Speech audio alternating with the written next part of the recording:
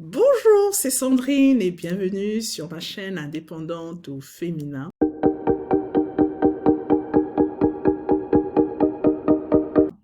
Alors, pour ceux qui ne le savent pas, moi j'ai une société de conciergerie et je propose à côté de ces sociétés de conciergerie des prestations de ménage.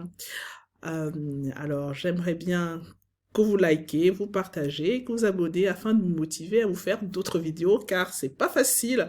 Je suis pas une pro de la vidéo et ça me prend du temps, même si c'est pas toujours formidable, mais le cœur y est. Voilà, ceci étant dit, on passe au sujet qui nous intéresse aujourd'hui. Alors, la question est de savoir est-ce que c'est possible de gérer une conciergerie à distance?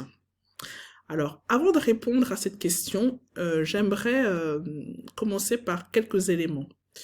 Alors, dans conciergerie, il y a deux types de conciergerie. Alors, il y a la conciergerie qui, elle, va proposer que la partie, comment dire, tout ce qui est yield management, review management, optimisation des tarifs, faire de belles annonces, rédiger des titres accrocheurs, de belles annonces, donner envie, avoir une qualité rédactionnelle, voilà, qui valorise vos annonces, mettre en place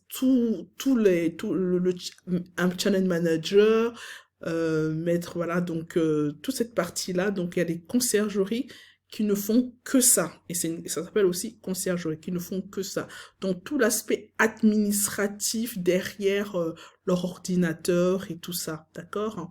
Et il y a des conciergeries comme moi qui font cet aspect-là et qui proposent de manière intégrée à la conciergerie des prestations de ménage. Donc moi, je propose des services tout pack, c'est-à-dire pas compris la conciergerie de A à Z, avec la prestation ménage, donc vraiment aller du début jusqu'à la fin, de l'entrée, capter le client jusqu'à le recevoir et à lui dire au revoir. Voilà, donc moi je propose ça.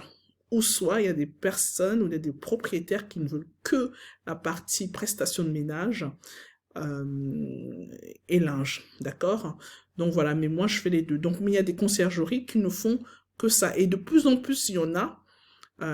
Et par rapport à ça, je dirais que c'est beaucoup plus facile pour ce type de conciergerie qui en fait est pas déconnecté, mais qui n'est pas physiquement dans le bien, qui n'intervient pas de manière physique, de manière euh, sur place. Donc c'est vraiment effectivement beaucoup plus facile pour ce type de conciergerie de gérer à distance, puisque c'est même le cœur même du métier. Et beaucoup de conciergeries ne veulent faire que ça, parce que voilà, c'est beaucoup plus facile à gérer, il n'y a pas de l'humain, c'est plus les applications et tout, donc les messages automatiques et tout, donc voilà. Et moi, je dirais, ce type, c'est vraiment, pour moi, c'est beaucoup plus facile. Mais maintenant, quand vous faites tout, proposez tout, et la partie administrative gestion et la partie prise en compte réception du client et mise en valeur du bien au quotidien à chaque réservation, je dirais qu'il faut aller par étapes, vraiment par étapes, parce que il faut prendre le temps, en fait, de connaître votre activité. Il faut vraiment prendre le temps de connaître votre activité, de mettre en place des process qui vous permettront, parce que vous aurez eu des cas pratiques, vous avez eu des cas qui vous sont arrivés et vous avez eu à les résoudre, vous allez pouvoir maintenant vous dire, OK, voilà, dans ce type de situation, il faudrait que je réagisse comme ça ou que mon équipe réagisse comme ça. Et en fait, c'est par la routine, c'est par l'expérience que vous allez pouvoir mettre en place des processus. Même si au départ, avant de commencer, il faut mettre en place des processus. Je veux dire, à la base, il faut savoir tout de suite, bon, mon équipe de ménage, comment je vais fonctionner avec mon équipe de ménage, comment au niveau du linge, comment ça va se passer au niveau du linge, est-ce que ça va être une société type Elis qui va s'en occuper, auquel cas il faut du volume, beaucoup de volume, ou bien est-ce que ça sera moi qui irai à la laverie le faire, ou est-ce que je trouvais une blanchisserie spécialisée.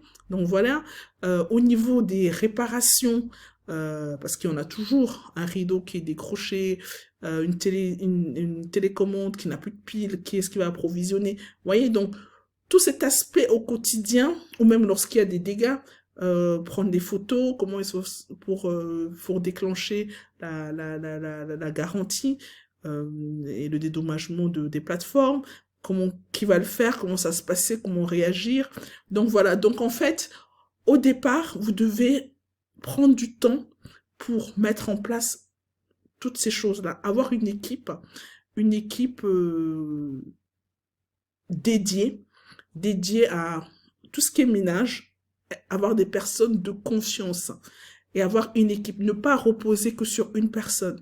Parce que si vous reposez sur une personne, vous êtes mort. Parce que cette personne-là, ben en fait, le jour où elle peut pas, vous êtes dans la merde. Ou cette personne-là va vous, entre guillemets, vous faire un chantage de prix parce que voilà, elle sait qu'elle est la seule et que du coup, elle va faire elle va faire son marché, quoi. D'accord? Donc, c'est important d'avoir vraiment des plans B. Voilà, que si dans cette situation-ci, cette personne ne peut pas faire ou moi je peux pas faire, ça sera cette personne. Si cette personne ne peut pas faire, ça sera ce cas-là. C'est super important, ou même au niveau des prestataires. Là, alors, ce qui cause souvent problème, bon, c'est de faire appel à tout ce qui est, parce qu'il y a le chauffage qui font, la chaudière qui fonctionne plus, ça c'est plus pour les maisons. Dans les maisons, on a souvent des problèmes de chaudière, même si au départ, avant chaque début de saison, vous avez fait vous avez fait entretenir la chaudière. Après, avec l'utilisation ou le fait que peut-être que des manipulations, il y a des dérèglements, il y a des choses, voilà. Donc la chaudière, c'est un plombier, voilà. Donc avec quel plombier je veux travailler? Et puis c'est pas le genre le plombier, vous l'appelez, va vous donner le rendez-vous dans une semaine, c'est trop tard, voilà. Donc vraiment avoir un partenariat et pendant que vous êtes sur place, donc donner du travail aux personnes en fait à vos partenaires pour qu'en fait ils sachent que voilà quand vous les appelez voilà ils réagissent rapidement donc voilà et ça prend du temps on peut pas mettre en place tout ça comme ça non ça prend du temps peut-être une année, 2 ans, voilà. Donc, lorsque vous avez mis en place tout cela, c'est à partir de ce moment-là que vous pourrez vous poser la question de dire, OK, je peux gérer ma conciergerie à distance. Et même dans ce cas-là, moi, je parle de ce que je connais. Moi, ça fait 3 ans. Et même dans ce cas-là, je peux pas, je peux m'absenter 2 semaines. Vous voyez ce que je veux dire? 2 semaines, maximum peut-être 3 semaines. Mais au-delà, ça va être très compliqué. Ça va être compliqué. Vous voyez ce que je veux dire? C'est pas, ça vous permet en fait de pouvoir souffler, prendre des vacances, parce que vous avez des personnes mis en place un système de personnes de confiance. Mais en tout cas, à mon niveau, je peux pas dire que je fais de la Martinique pendant 3 ans comme ça et ça roule quoi. Enfin, je suis pas encore arrivée à ce niveau-là quoi. Donc voilà.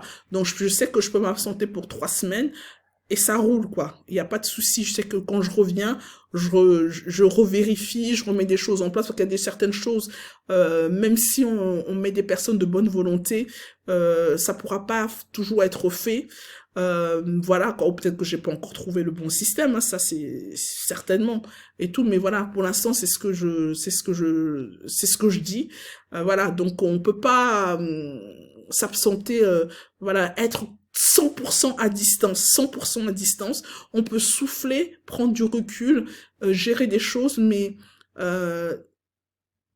j'allais dire même dans une équipe commerciale, je veux dire, je veux dire, il faudra avoir un certain budget pour avoir un chef d'équipe que tu vas payer pour qu'il puisse suivre les personnes, avoir un commercial qui soit dédié ou plusieurs commerciaux qui soient dédiés à acquérir des clients euh, et et vous devez quand même faire des, voilà, vous devez quand même faire des réunions régulièrement pour savoir, même si ça peut se faire à distance. En fait, ce que je veux dire, c'est que c'est possible de commencer au bout d'un certain temps à déléguer, à faire à distance, mais pour l'instant, il me semble qu'il faut quand même un certain temps et un certain niveau de chiffre d'affaires pour pouvoir se le permettre, parce que euh, tout délégué, en fait, la délégation a un coût. Et il faut que votre structure puisse supporter ce coût-là et que vous puissiez être rentable, parce que le but aussi, c'est que vous ayez de la rentabilité, vous voyez. Donc, pour répondre à la question, je dirais, pour des conciergeries qui ne font que tout ce qui est yield management, annonce, réservation et tout, à distance, aucun problème. Mais par contre, pour des conciergeries qui proposent du ménage, la maintenance et tout ça, c'est beaucoup plus compliqué. Il faut avoir un certain volume de chiffre d'affaires pour pouvoir le faire. Voilà. J'espère que cette vidéo vous aura plu. N'hésitez pas à la partager, à la liker et je vous dis à très bientôt. Ciao!